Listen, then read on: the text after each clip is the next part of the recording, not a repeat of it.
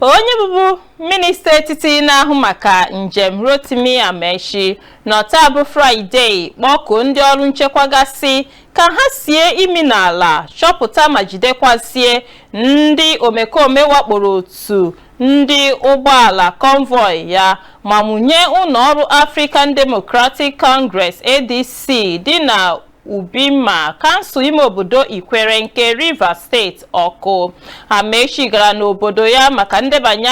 aha irejistreshọn dịka onye otu ndọrọndọrọ African Democratic Congress ADC. Ka o si dị, tupu Amaechi awụchie obodo ya ife dịka mgbe o ji nkeji 15 wee gafee elekere 12 nke ehihie taa, ndị a na-enyo enyo na ha bụ ndị agboro